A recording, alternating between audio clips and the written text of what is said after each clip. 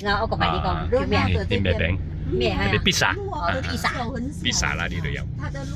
啊，呢個地方叫做蚊罌，蚊罌啊，蚊罌嗰啲地方。呢個地方喺宋家埠入邊嘅嚇。我哋喺合齋嗰度過嚟呢邊，愛差唔多40分鐘到啦。蚊罌嗰度有3條街咁啦，而家去緊嗰度啦。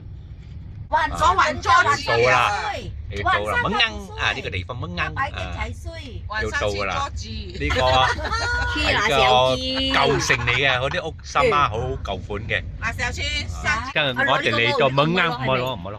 我哋嚟到蚊罌咗，蚊罌冇落住先，叫佢落先。蚊罌啊！你蚊罌啊！呢個地方叫做蚊罌。啊，蚊罌啊！啊，蚊罌啊！啊，唔係，你請。你來，來，看上鏡頭啊，上鏡頭啊，來上鏡頭一下。哦，我們的導遊很笨的導遊哦。而家嚟到呢度食豬雜粥啊！呢間嘢佢個導遊講好好食話，你食下就知道啦。入嚟睇下環境啊！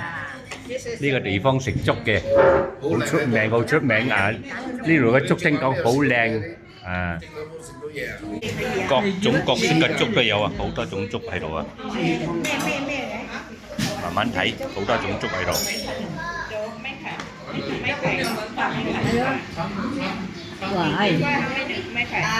邊啊，幫我擺擺啊！出邊大型嘅嘟嘟車啊！啊！呢個地方蚊罌啊，海邊嘅地方啊，呢個埠啊，一個埠有3條街喺度，長嘅街啊，好長嘅街。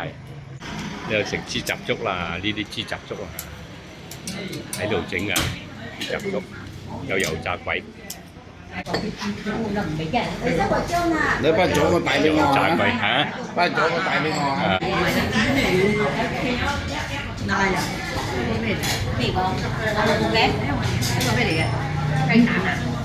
有咩料？有咩料嘅餅？咩料？有豬肉啫嘛，皮蛋啊，有皮蛋。冇白。